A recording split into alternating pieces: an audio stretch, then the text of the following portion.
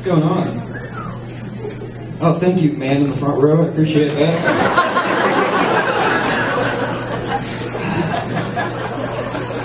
So, guys, you never really realize how fucked up playing Twister with your family is till you get older. You know, it's like right hand blue, left hand sexual assault case. Dad, we need to talk. Alright, so I'm originally from Indianapolis, guys. These are my stomping grounds. But I'm in college right now, so I'm going to Indiana State University in the great city of Terre Haute, Indiana. Woo! Sure you've heard of it, based on the roaring laughter from this side of the room. Terrible Hope! Oh yeah, Terrible Hope, Paradise, there's all types of names for it. Piece of shit, I don't know. But, are there any fans of the show Trailer Park Boys out there? Yeah! I love that show. Well, I have an idea for a new show that I want to start in Terre Haute. It's called Terre Haute Kids. Because then at least someone's going to be watching these fucking kids. I swear to God.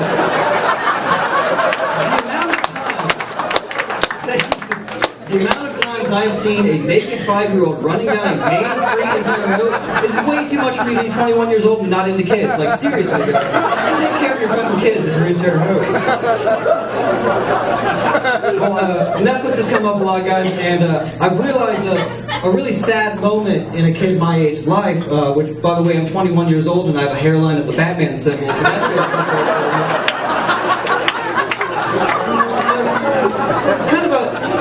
a really sad moment in my life was a moment where I was watching Netflix for a while. I was on a good binge, you know, probably about 5 or 6 seasons deep on a show, just really elbow deep in that bitch.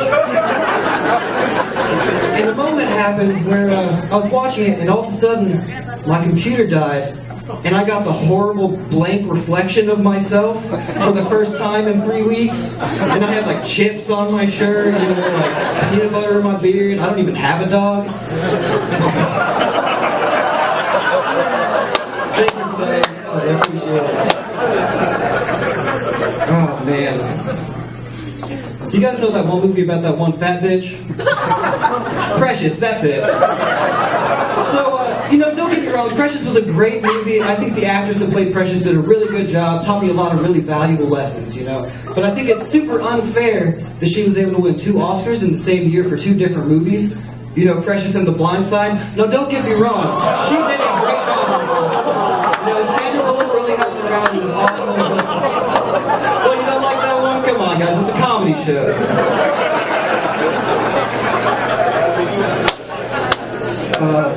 So I was in Terre Haute the other day, and I went to a Best Buy with my buddy Mike, and we went to go look for music, because I like to make terrible life decisions. And they don't have shit for music, if you guys didn't get that joke. So, I was looking in the racks, and I saw something, and it made me realize that, guys, sometimes comedy just writes itself, you know? And I've got 5 words for you guys tonight. And that is the best of Nickelback. Volume 2, guys! Volume 2! It had 19 tracks on it! What is it, photographed 19 times in a fucking row? What's going on? There is only one thing in the music world funnier than Nickelback Volume 2, and that's the best of Nickelback Volume 3, which, thank the fucking Lord, does not exist. Oh. So guys, I try to be nice. You know, I try to hold the door open for pregnant bitches, you know, the whole 9 yards. But I realized something in being nice, and that's that, how's it going? It's a really bad question to ask a homeless person, because it's bad, guys. It's a guaranteed bad. What's going on is also a really bad question to ask a homeless person, because, nothing.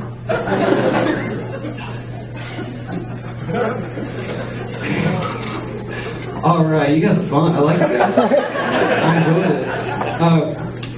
So maybe you guys can relate to this one. You know those moments that you live in your life, it's really embarrassing, but you know, you move on and you get over it. And then 3 years later, you're laying in your bed, you got shit to do the next day, and your mind's like, psst, hey. Do you remember that horrible shit that happened to you like 6 years ago? I'm going to bring that up now and think about it for the next 3 hours.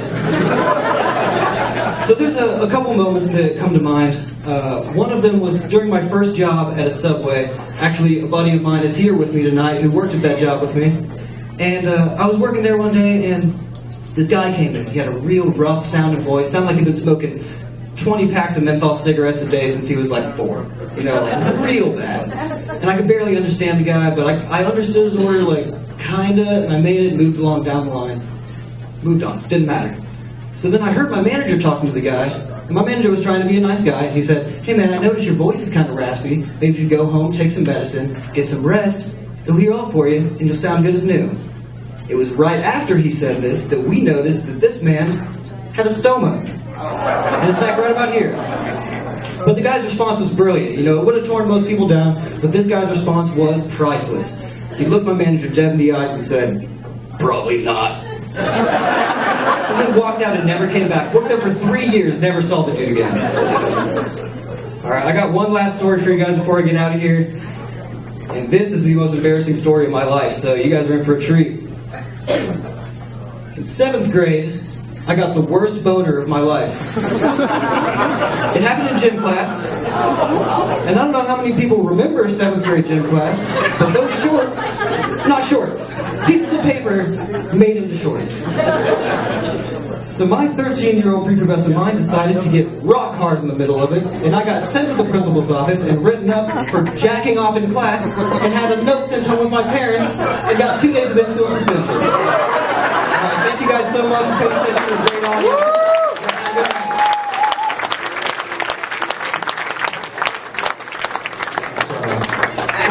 Evan Davis, everybody.